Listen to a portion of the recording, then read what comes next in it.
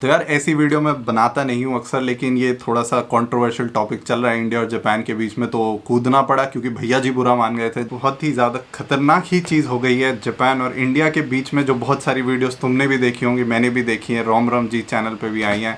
करी पुलिस करके कोई फालतू सा चैनल है जिसको देख के भैया जी को भी गुस्सा आ गया, और जब भैया जी को गुस्सा आता है तो माननी पड़ती है बात और समझाना पड़ता है असली सच।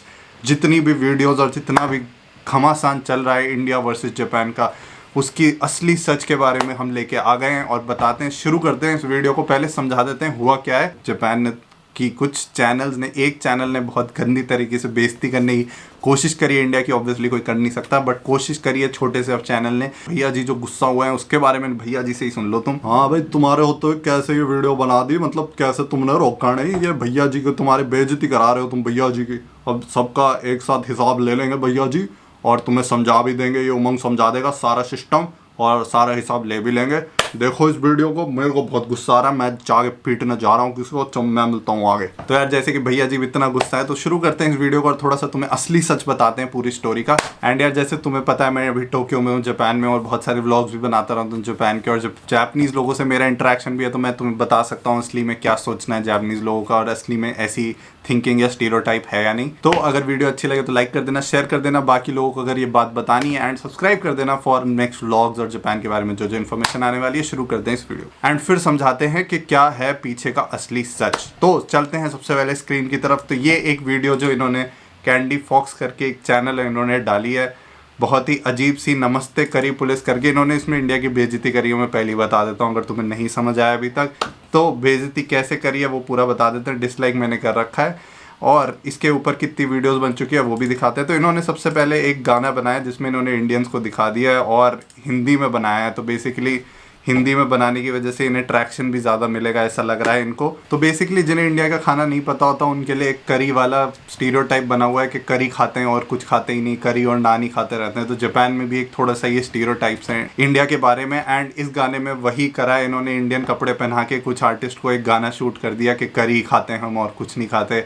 और मतलब थोड़ा सा बुरा टेस्टफुल दिखाया कि इन्हें और कुछ खाना ही नहीं आता, बस करी खाते रहते हैं, नान ही खाते रहते हैं और कुछ इन्हें बनाना भी नहीं आता, ना खाना आता है। जबकि असलियत तो तुम्हें पता ही है, बस गलत ढंग से और बहुत ही खराब तरीके से दिखाई है। जैसे इन्होंने यहाँ दिखा रखा है, तो नीचे तुम लिरिक्स देख सकते, खरी है उनके ख्वाबों में, और बोला है कि करी के अलावा मैं कुछ नहीं खाऊंगा और मैं करी के अलावा कुछ और खाऊंगा तो मैं नंगा होके नाचूंगा। मतलब बिल्कुल ही सेंसलेस बात करी है इन्होंने, बिल्कुल ही आउट ऑफ द, मतलब कुछ भी बोलने वाली बात होती है ना वो करी है। एंड बिल्कुल ही गलत तरीके से इंडिया को दिखाने की कोशिश करी है या जानबूझ के करा है वो मेरे को पता नहीं, लेकिन बहुत गलत है वो मैं कह सकता हूँ। और वही चीज़ उन्होंने दिखाई है। उसके बाद एक बंदा जापान जाते हुए दिखाया है, उसके पास भी टिकट नहीं होती, तो उसकी एक प्रेग्नेंट वाइफ होती है, वो पूछती है कि वो पूछती है तुम्हारे पास फेरी का टिकट है? तो वहाँ पे भी ये दिखा देते हैं कि उसके पास एक नान है, नान पे मतलब फेक टिकट सी बना रखी है, उस पर टू जापान लिख के कि हाँ इससे मैं चढ़ जाऊँगा ये। और वो मतलब समझाते भी है, मतलब बिल्कुल ही सेंसलेस वीडियो जो बनाते हैं ना, जैसे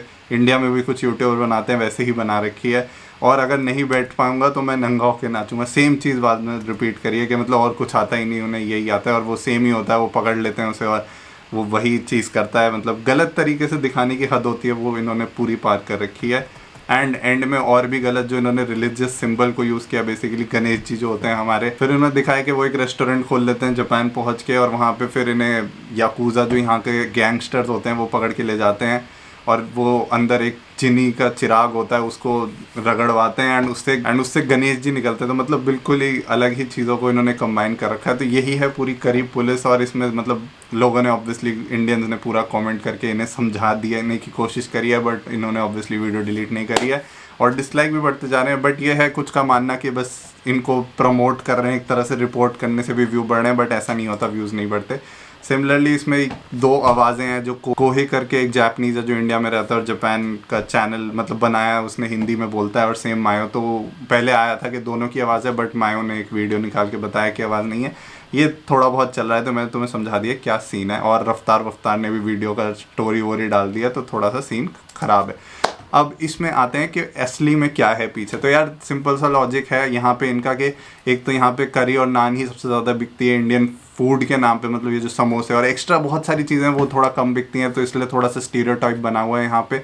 बट वो लोगों के दिमाग में उतना नहीं है कि वो इंडियन को देख के बस ये नहीं बोलते कि करी नान करी नान करी नान।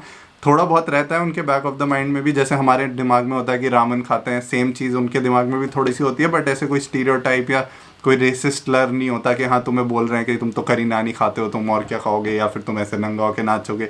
ये सब चीज़ें असली में नहीं होती और उन्होंने अलग ही तरह की इमेज बनाने की कोशिश करी। अब लोग देखेंगे जापानीज जिन्हें बिल्कुल नहीं पता इंडिया के बारे में, उनके दिमाग में तो ख़राब इमेज ही बनेगी। तो वही चीज़ लोग चाहते हैं कि ना हो, और इसीलिए रिपोर्ट भी कर रहे हैं इसे एंड नीचे कमेंट भी कर रहे हैं। तो वो तुम भी कर सकते, नीचे मैं कमेंट में लिंक डाल दूंगा, तो तुम देख लेना, जो तुम्हें करना हो तुम्हारी मर्जी है। लेकिन ऐसा नहीं है कि सारे जापानीज बुरा मानते हैं। इंडियंस को बहुत ज़्यादा अच्छी रिस्पेक्ट भी मिलती है इंडियंस को, क्योंकि बुद्धा हमारे यहाँ से हैं और बुद्धा इनके एक तरह से गॉड भी हैं बहुत सारे लोगों के, तो रिस्पेक्ट बहुत सारी है। ये कुछ लोग हैं जैसे इंडिया में भी हैं, जैसे भाव करके चैनल है जो गालियाँ देता है। अब कोई देखेगा बाहर का तो यही कहेगा कि इंडियंस को बोलने की तमीज़ नहीं और गालियाँ देते हैं, बट ऐसा नहीं है।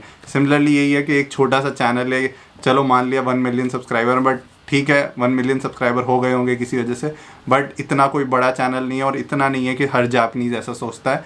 हाँ, ये गलत सोचते हैं और इनकी वीडियो हटनी चाहिए, ये मैं भी मानता हूँ, बट सारे जापानीज़ ऐसे नहीं हैं और बहुत अच्छे जापानीज़ हैं। मोस्टली जो पॉपुलेशन है वो इंडियंस को अच्छे मानती है एंड ऐसा कोई रेसिस्ट लर या रेसिज्म नहीं होता है यहाँ पर अभी तक जो मैंने देखा है। क्योंकि मैंने देखा और मैंने इतने सारे व्लॉग्स बनाए तो मैं बताना चाहता था ये चीज़, बाकी और कुछ नहीं है। तुम्हें जो लगता है तुम कर सकते हो अपने हिसाब से, एंड कोई गाली देने की किसी को कोशिश मत करो, ये मतलब इंडिया को और ख़राब ही दिखाता है। कुछ अगर तुम्हें कंस्ट्रक्टिव क्रिटिसिज्म मतलब जो भी लिखना है उसको ढंग से लिखो, अच्छी लैंग्वेज में लिखो इनके कमेंट्स में, तो बेटर साउंड करेगा।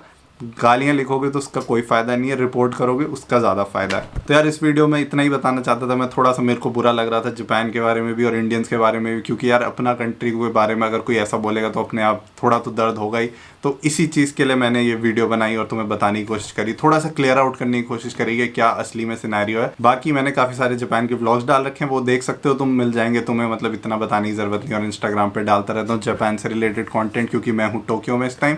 तो बाकी मिलते हैं किसी नेक्स्ट वीडियो में। आज की वीडियो के लिए इतना ही, बस यही बताना था मेरे को, एंड आई होप तुम्हें थोड़ा सा सेंस मिला हो क्या चल रही है चीज़ें।